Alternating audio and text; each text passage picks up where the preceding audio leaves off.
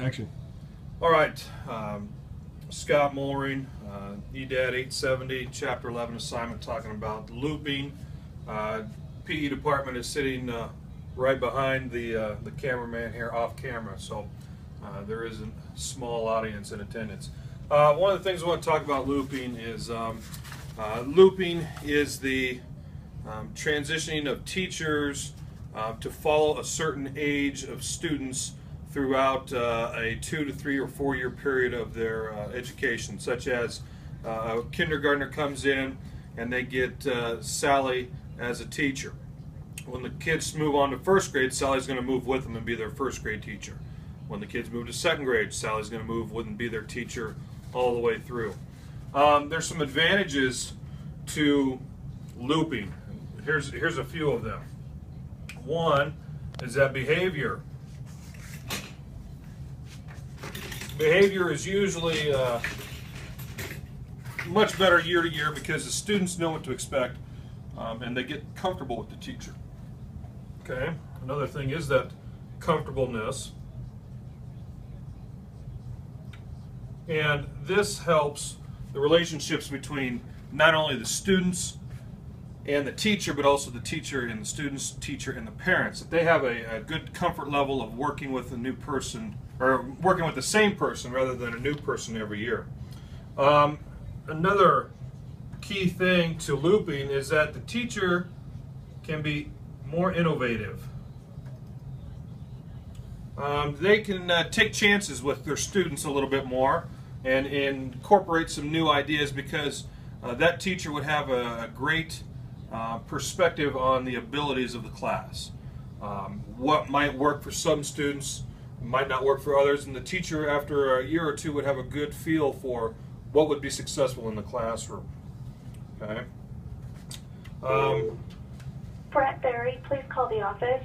Brett Berry, dial 3406.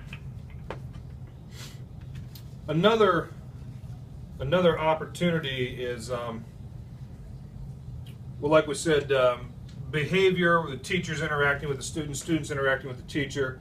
There's a level of comfort abound, innovated, and like I just mentioned there as part of innovative, teacher has a better understanding of the student.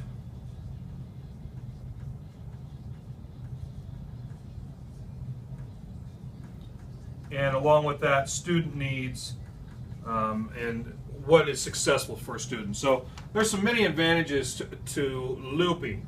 Now, this is normally used in an elementary school setting. Okay, some people do try it out in middle schools as well. This has not been, in the United States anyway, a technique that's used in high schools, secondary education. Currently, a lot of the countries that are successful using that would be some European countries such as Germany, Brett Berry, please call the office. and Italy, Brett Berry, and Japan 3406. utilizes looping as well. We did a little quick survey of some teachers here at North Platte High School, and you know, like I just mentioned, a lot of teachers are not unfamiliar with looping in a high school, and most of them were not most of them, all of them were dead set against looping. Maybe for some selfish reasons other than educational reasons.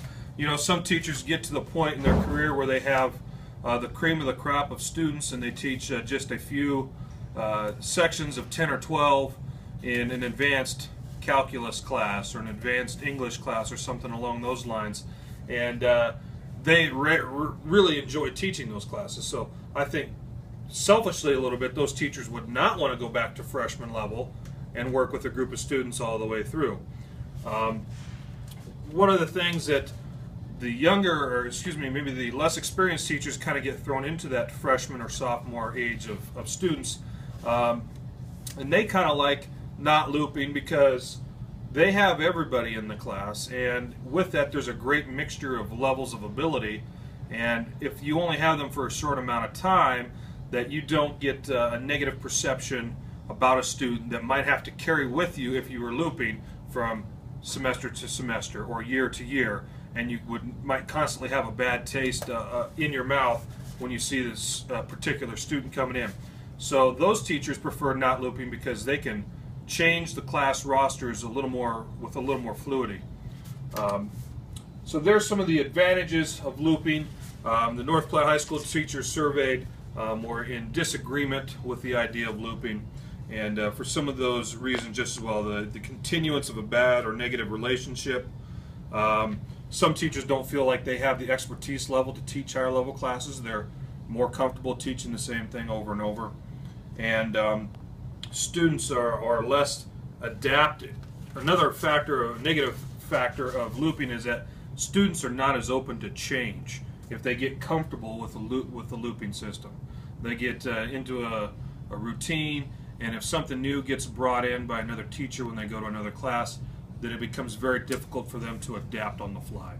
So there's some background on looping, where it's successful, and some ideas on why looping is not successful, and then the survey of North Platte High School teachers. Thank you very much.